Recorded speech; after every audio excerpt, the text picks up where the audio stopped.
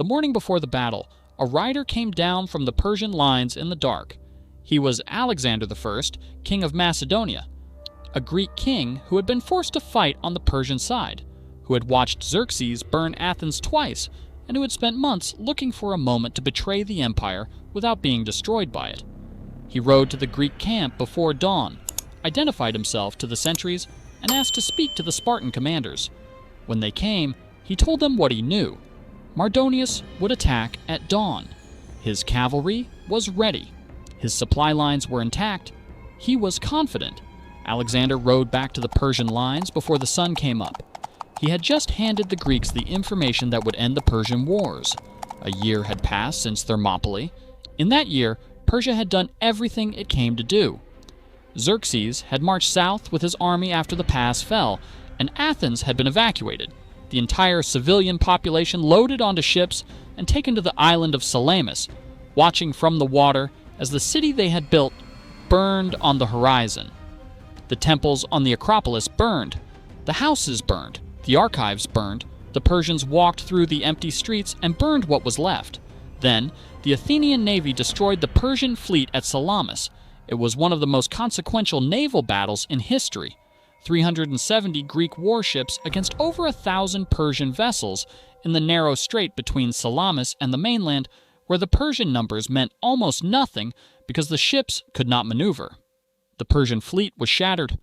Xerxes, watching from a golden throne on the shore, understood in a single afternoon that his supply lines were gone and that he could not winter a massive army in a country that was no longer feeding it. He withdrew to Persia with most of his force, leaving his best general, Mardonius, behind with an army of roughly 70,000 men to finish what he had started. Mardonius spent the winter in Thessaly. In the spring of 479 BC, he marched south again.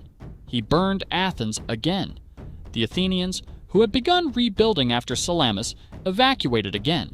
The city that had already burned once burned a second time. Mardonius then withdrew to the plains of Boeotia, near the small town of Plataea, flat ground where his cavalry could operate, where his archers could find range, where the Persian way of war worked best. He built a fortified camp beside the Asopus River. He waited. He sent word to the Greek city-states, "Surrender now, join Persia, and your cities will be spared. Athens will be rebuilt with Persian money. Greece will be part of the greatest empire in the world." The Greek response was to march north with the largest land army they had ever assembled. 90,000 Greek soldiers moved through the passes of Mount Cithaeron in the summer of 479 BC. They were commanded by Pausanias, regent of Sparta and nephew of the dead king Leonidas. He was not Leonidas. He was younger, more cautious, a man who understood that what was at stake was not glory, but survival, and who was determined not to throw away 90,000 men, the way Thermopylae had thrown away 300. He took the high ground on the slopes of Mount Cithaeron and refused to come down. For 11 days, neither army moved. Mardonius launched his cavalry at the Greek lines repeatedly.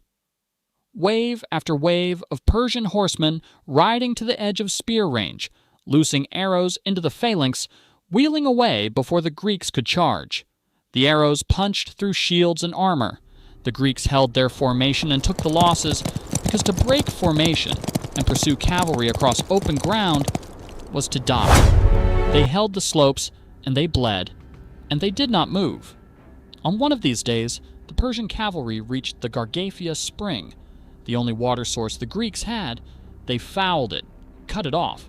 90,000 men in summer heat, in heavy bronze armor, with no water and no way to reach more without crossing ground that Persian horsemen controlled. Pausanias ordered a night withdrawal to a new position with a better water supply. Went wrong immediately. The Greek army was not a single entity. It was a coalition of city-states, each with its own commanders and its own pride, and coordinating a night withdrawal across unfamiliar ground with no communication system beyond runners, and shouted orders proved impossible. Units moved at different speeds. The Corinthians went one way, the Athenians went another. The Spartans, under a subordinate commander who refused to move without Pausanias's direct order, went nowhere at all. By dawn, the Greek army was in 3 separate positions, none of them the intended one, each of them exposed. Mardonius looked out from the Persian camp at dawn and saw the Greeks scattered across the plain below. He laughed. He told his commanders that the Spartans had run, that these were the men the Greeks called the finest soldiers in the world, and they had broken in the night like frightened farmers. He gave the order to advance. The Persian army crossed the Asopus River and came across the plain. The Spartans had not run. They were still in their original position, 11,000 of them in full phalanx formation, shields locked, spears leveled, watching the Persian army come across the river toward them. They had been there all night. They had sent to Pausanias for the order to advance and received no answer. They stood and waited. Pausanias was praying. Herodotus recorded it specifically. Pausanias stood before the Spartan line and prayed to Hera of Plataea, and for the moments that the Persian cavalry was already among them, the arrows coming in, men falling, the omens would not come right, and he could not give the order to advance. The Tegeans, who fought alongside the Spartans and who were less concerned with omens, could not wait any longer. They moved forward. The Spartans moved with them. What happened when the Spartan phalanx met the Persian infantry in the open field has been described by military historians as the defining demonstration of what the hoplite formation could do when properly used. The Persians were not cowards, and they were not poorly armed. They had wicker shields, short spears, good bows, and the courage of men who had won every battle they had ever fought. What they did not have was armor. What they did not have was a formation that could hold against 8,000 men advancing behind a wall of bronze shields, each man pushing into the back of the man in front, the entire mass moving forward with a momentum that individual courage could not stop. The Persians broke. Mardonius saw them breaking. He rode forward on his white horse into the gap where his line was failing, his personal bodyguard around him, trying to steady the line by his own presence, the way a great commander sometimes can. He was conspicuous on his white horse. Every Spartan on that part of the field could see him. He fell beneath a white horse surrounded by his bodyguard.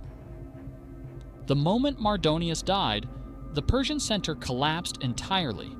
The soldiers who had held their ground while their general was visible turned and ran the moment he fell. The retreat became a rout. The Persian army streamed back toward the fortified camp beside the Asopus, pouring through the gates, trying to get behind walls that might do what their soldiers could no longer do. The Spartans and the Athenians, still competing, even now for glory, attacked the camp from different sides simultaneously. Pausanias ordered no prisoners. Inside the Persian camp, the Greeks found something that stopped them. They found the tents of Mardonius. They found the kitchens that had prepared his meals, gold and silver vessels, gold-plated couches, tables spread with what had been prepared for a victory feast that never happened. They found the treasure that an army carries when it has spent a year occupying a country and collecting its wealth. They found Mardonius's personal belongings, armor and weapons, and the particular luxury of a man who was one of the most powerful people in the Persian Empire. Pausanias ordered the Persian cooks to prepare a meal exactly as they would have prepared it for Mardonius. Then he had his own cooks prepare a Spartan meal alongside it. He gathered his commanders and showed them both tables. He gestured at the Persian feast, the gold plates, the elaborate preparation, the excess, and then at the Spartan meal, which was black broth and barley bread, and nothing else. He said, "Look at what this man had, and yet he came to take our poverty from us." It was, Herodotus recorded, the best joke anyone told after Plataea. The battle that ended the Persian wars was fought in the same month, on the same day, as the Battle of Thermopylae, 1 year later. Herodotus noted the coincidence. He did not try to explain it. Some things resist explanation and are more powerful for it. Leonidas had died holding a pass to buy Greece a year. That year had been used badly, desperately, with enormous cost, to build the fleet that won at Salamis and the army that won at Plataea. The 300 had not saved Greece. They had bought the time in which Greece saved itself. The Persian army never returned. Mardonius was buried at Plataea. Pausanias who had won the greatest land battle in Greek history, was later tried by Sparta for corruption and arrogance. He was condemned and fled to a temple for sanctuary, where the Spartans, unwilling to violate the sacred space, blocked the entrance and waited until he starved to death inside. Greece was saved. The Greeks went immediately back to fighting each other. Some things about human nature do not change regardless of how many empires you defeat.